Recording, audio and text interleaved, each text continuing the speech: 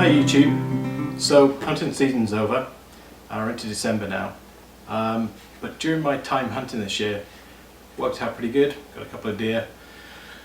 But the Seiko A7 that I hunt with has I'd say a medium to longer range rifle. It's not particularly good in a kind of a brush environment. The scope that I have on there is a 4.5 to 14 Nikon Buckmaster. It's a great scope, but you just can't seem to dial it down. If a deer was to jump up in front of me 30 yards away, 25 yards, then it wouldn't be the ideal gun in that situation. And as I've hunted more and more, I've tended to try and walk the bush a lot more. And that's where you surprise a lot of deer, and they're pretty much close in. So I've been thinking about getting what I call a brush gun. Some people call it a guide gun. And it's something that's going to be a shorter range, typically with iron sights. A good example would be something like a 30-30 lever action. Great brush gun. I think that's probably one most people would compare any other rifle to for that type of application. So what I did, I went a little bit different. I went to try not something too expensive. As you know, I'm a big fan of the 7mm08. But what I did was I picked up a 308, which is the parent cartridge, which I've shot lots of before. It's a great cartridge. So the gun I picked up was this H&R Survivor in 308. It does look very short, which is something that attracted me to it. Action single shot with this kind of pistol grip, which I tend to like actually. I like firearms this way. It is very plastically, has a bull barrel. Some of the stats are 22-inch barrel, and the overall length is 36 inches. And it does feel very light, but it says it's 6.5 pounds. So, I don't know, maybe they're right. I'd have to weigh it, but it doesn't feel that heavy.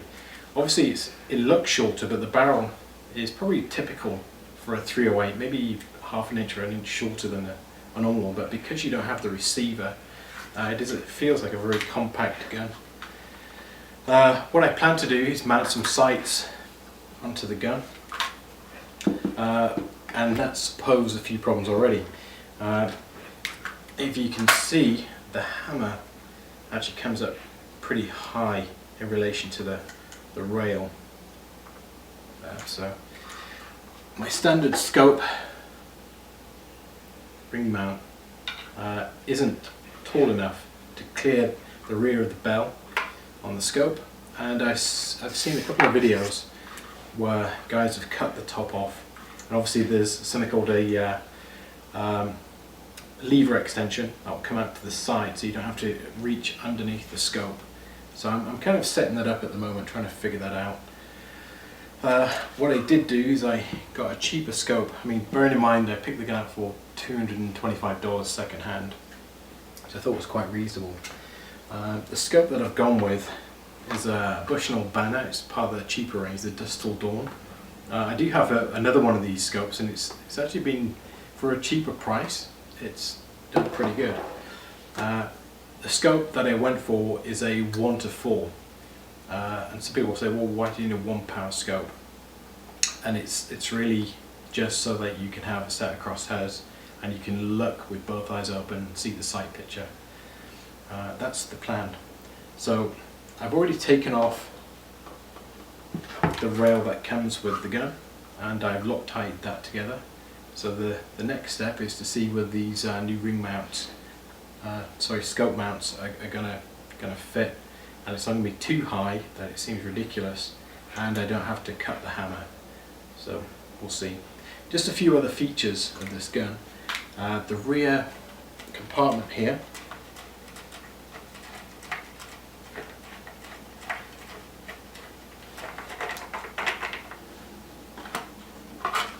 opens out.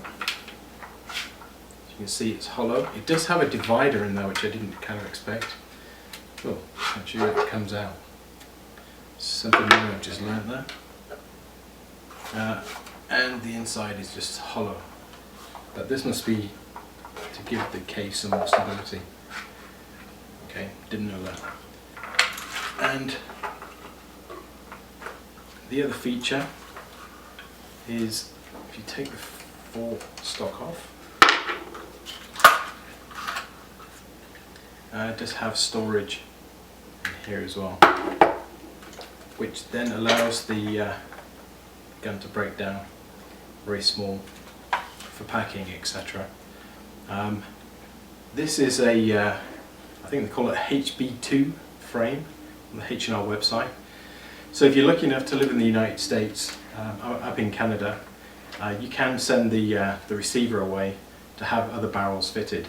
The HB2 is a stronger receiver than the HB1, which is primarily for shotguns. But if you have a HB2, then there's a selection of about 40 different barrels that you can actually put onto this frame. Like I say, I don't think that's options available in Canada, unfortunately. I would send away and have other barrels. I do like the H&R simplicity. I've got to see how accurate it is yet. I'm hoping to do that in my next video, take it out and do some shooting. But for now I'm going to go away and actually put the scope on. Okay, so now we have the scope mounted. I haven't Loctited the 4 screws on top. These are Weaver rings, extra high. The scope is a little bit higher than I would like, and there's probably about 1/4 inch gap now underneath. And I still need to put the hammer extension on there, which I don't have at this time. But the eye relief is very good.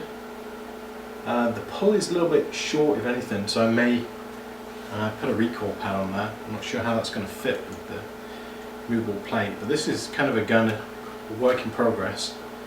I think it's gonna work.